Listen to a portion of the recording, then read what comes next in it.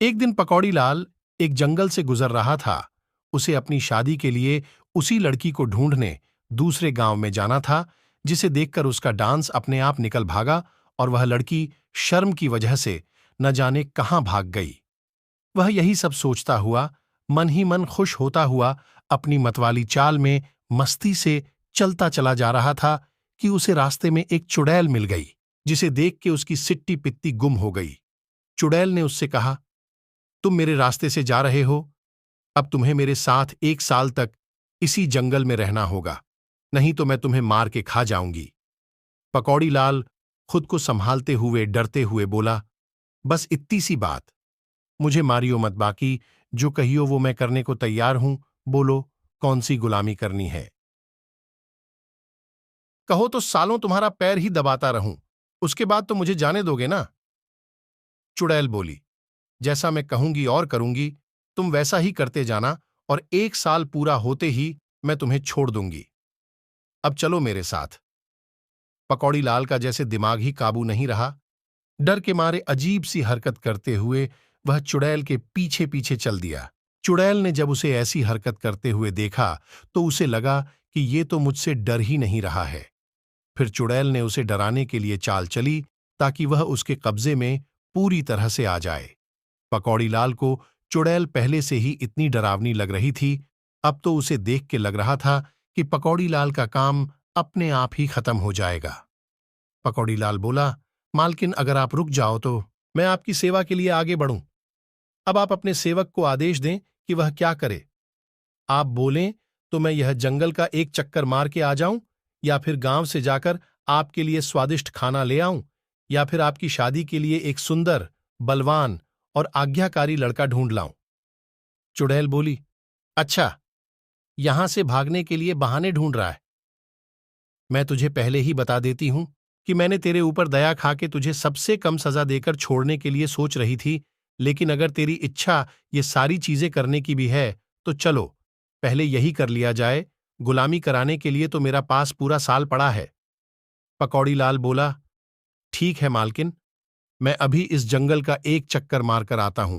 और इतना कहते ही पकौड़ी लाल ने जोर से दौड़ लगा दी, लेकिन जैसे ही उसने मुड़ के देखा तो चुड़ैल उससे 2 कदम आगे उससे भी तेज दौड़ रही थी। और फिर चुड़ैल ने कहा, ऐसे भागोगे तो इस जंगल का चक्कर लगाने में ही तुम्हें 1 साल लग जाएगा, और फिर मैं इसे तो 1 साल नहीं मानूंगी। ये तो तुम्हारी इच्छा पूरी होगी, तुम मेरी इच्छा तो तब पूरी करोगे जब मैं अपनी इच्छा बताऊंगी।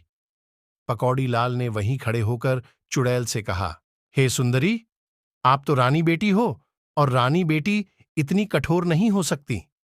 अच्छा, एक काम करते हैं, क्यों ना हमारे बीच एक प्रतियोगिता हो जाए? पकौड़ी लाल ने अपना दिमाग जोरदारी से लगाते हुए कहा।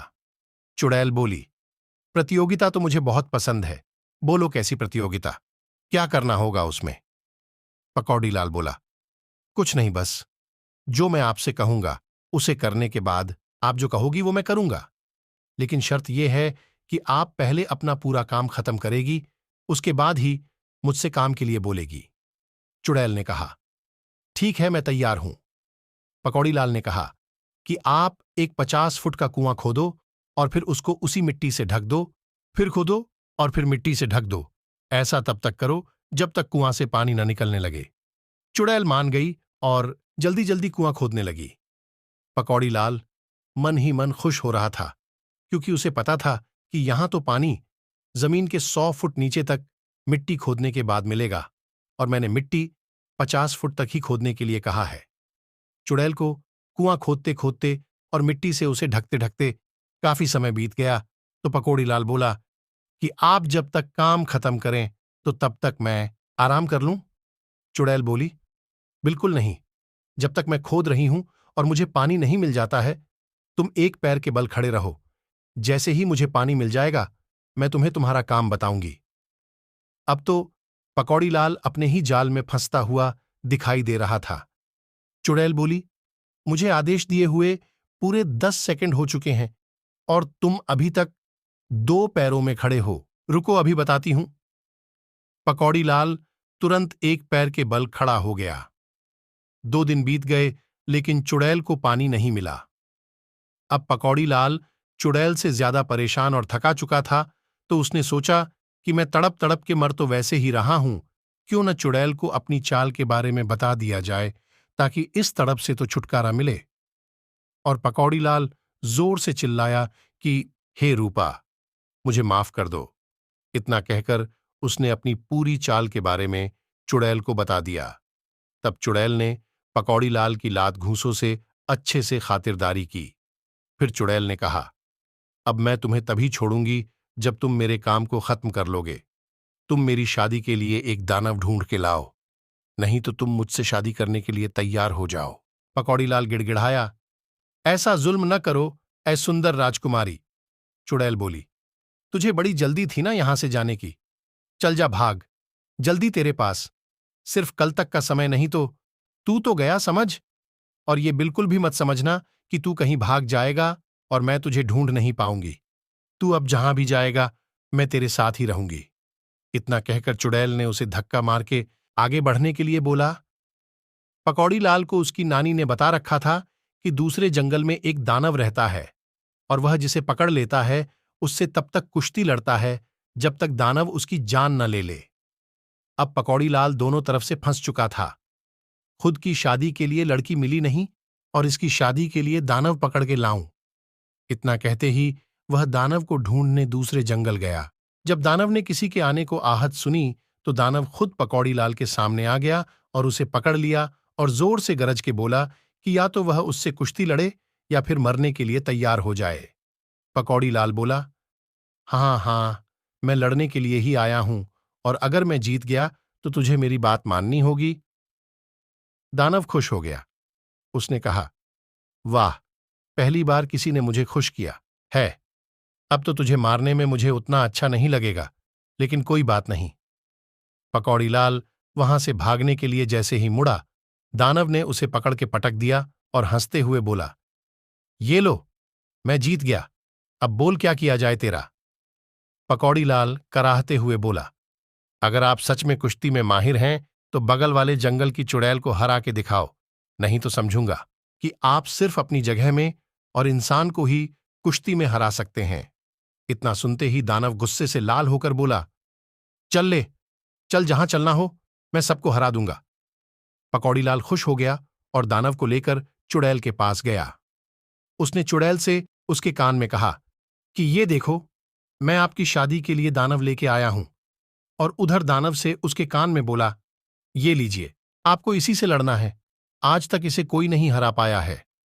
इससे पहले कि चुड़ैल कुछ समझ पाती, दानव ने तुरंत चुड़ैल को उठा के पटक दिया और उसे लगातार पटखनी देना शुरू कर दिया। चुड़ैल अपनी जान बचा के भागने का रास्ता ढूंढने लगी, लेकिन दानव उसे छोड़ने के मूड में बिल्कुल भी नहीं था। चुड़ैल पकौड़ीलाल से माफी मांगने लगी। दानव ने सोचा कि चुड़ैल उससे माफी मांग रही है। फिर दानव ने पकौड़ीलाल से कहा, क्यों, अब बोलो क्या कहते हो। इससे पहले दानव कुछ आगे कह पाता, चुड़ैल ने सोचा लगता है कि पकौड़ीलाल आज उसकी जान लेके ही छोड़ेगा, तो चुड़ैल जोर जोर से माफी मांगने लगी। दानव ने सोचा कि चुड़ैल ने हार तो मान ही ली है, अब इसे छोड़ देता हूं, और पकौड़ीलाल से बोला कि आज मैं बहुत खुश हूं, आज बहुत दिनों बाद लड़ने को मिला है, जा मैं छोड़ देता हूं तुझे। और इतना कहकर दानव चला गया। चुड़ैल ने सोचा कि ये बात दानव ने उसके लिए बोली है। चुड़ैल ने पकौड़ीलाल से कहा कि आज आपने मेरी जान बचाई है, इसलिए मैं आपसे अपनी हर चीज के लिए आपसे माफी मांगती हूं, अब आप जा सकते हैं। इतना कहकर चुड़ैल ने खूब सारे हीरे और मोती दे के उसे जाने दिया। अब पकौड़ीलाल तुरंत अपने गांव लौट आया कि अपने इस धन को पहले सुरक्षित कर लूं, फिर शादी के लिए जाऊंगा। उसने गांव जाकर चुड़ैल को हराने की बात सबको बताई और सबूत के तौर पर हीरे और मोती दिखाए। पूरे गांव में उसकी बहादुरी के किस्से गाए जाने लगे और पकौड़ीलाल आराम से रहने लगा और खुद से शादी के रिश्ते आने का इंतजार करने लगा।